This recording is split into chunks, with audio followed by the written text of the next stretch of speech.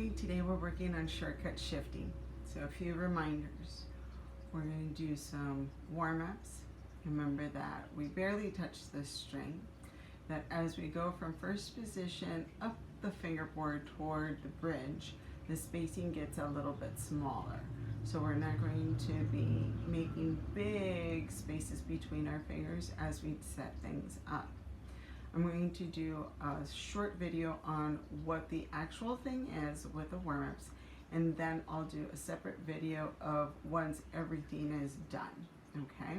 Now there are some steps that need to be done carefully so that as we add each week, hopefully another pitch, it will accumulate, it will build to this entire single string shifting exercise. Okay, so our warm-up is practicing first that our glide up the string, and you can set one finger, three fingers, whatever finger on the string, that we don't squeeze the neck. So our hand is going to move all as one unit, and we move up. Now the speed, when we first did this, was very quickly so that we would be nice and relaxed. Okay. But now we're going to move slowly with the string your finger barely touching the string. Nice and chilled. I'm looking at my hand in the video to see how it looks.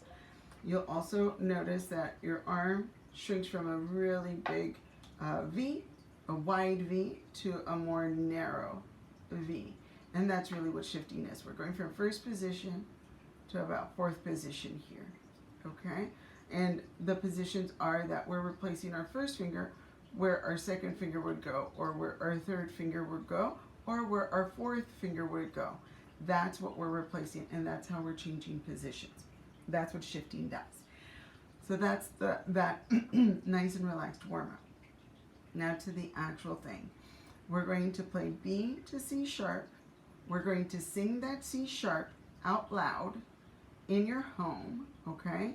And that's the way you're going to practice it so that you know what pitch you're going to. You're going to move slowly so that you catch that pitch. If you're singing it and you know what it sounds like, as you shift toward that pitch, you shouldn't miss it, ever. If you're not singing it, that's when you're going to go too far or stop too soon and you miss it. Part could be just the physical aspect. But if you're not singing, if you just refuse, I don't like my voice, and you are stubborn about that, that's what's going to take longer to be better at this shifting. So if you want to be quicker at it, be sure to do some singing. Remember, I never ask for opera. I never ask for Broadway. I don't ask for you to be a phenomenal singer. I'm just asking for the singing to be functional, to be useful in what it is that we do. Anyway, say I don't particularly like my voice. I'm not like Mr. Moser, who actually does sing professionally, or his entire family of collection of opera singers. I don't come from that line, but I do use it to make my playing easier and to become better. And that's the only reason that we're doing this. Maybe you will be a singer. Maybe you're, I digress a little bit here, but sometimes we're a little bit too harsh on our voices, and they're actually not that bad. So use it for this as a tool. Here we go. B, C sharp, and now we're going to glide lightly on the string, lightly with your thumb, move your bow slow. When you found it, you should be able to play it.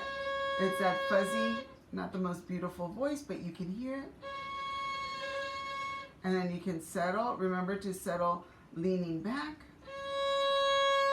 And then we're going to add whole step, half step. Did you see how I'm leaning, rotating in? And now we're going to release the string up from the squish of pushing the string down. You can see it going up and down there. We're going to release it and glide back. In order to try again, C sharp,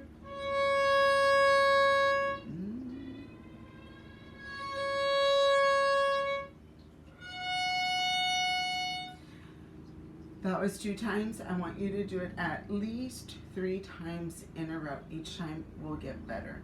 If you think 5 times would be better, I agree with you.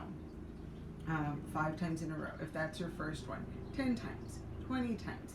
If that's the only shift that you're doing, then the more the merrier, because you want to get really good at it. I want you to, I don't know if you notice this, but I'd like for you to add this little tiny thing, which is to, when you do your rotation, feel free that your head also tilts, and notice how your violin flattens out a little bit when you do that. So I did it, I didn't mention it, but if you were to rewind and watch it again, you'll see that I did do this.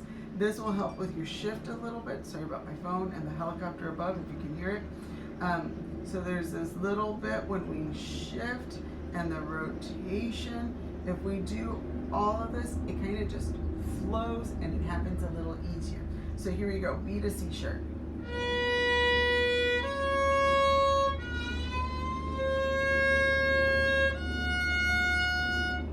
Also, I think we get more comfortable going with motions, moving, and it looks natural.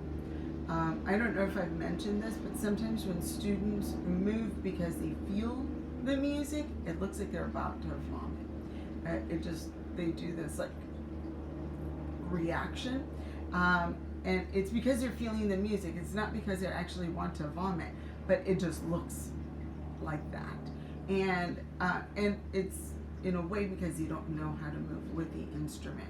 But this is a natural motion, and it's functional. Again, it goes with the motion of the shift. It helps you to do the rotation with your arm. It helps with intonation, and your sound is lovely too. So last time for B to C sharp. I'm already hearing the C sharp in my head because I've been practicing singing it. We're gonna glide.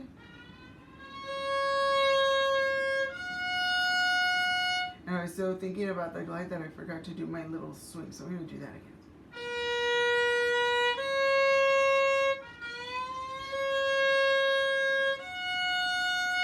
And because I did that, my rotation is already there for me to set my whole step, half step, which looks like that. Be careful that your second finger doesn't, remember it's such a long finger that it can go really far. So drop it instead of stretch it. Because like I mentioned before, as we go up the fingerboard, the spaces, first position is the widest, and then they shrink a lot as we get closer to the finger, toward the bridge. Okay, so that's the beginning of the shortcut shifting. I'm going to do another video where it's at least to 4th position, and then a 3rd video where it's the complete thing, and then a 4th video of how we can change it up. See ya.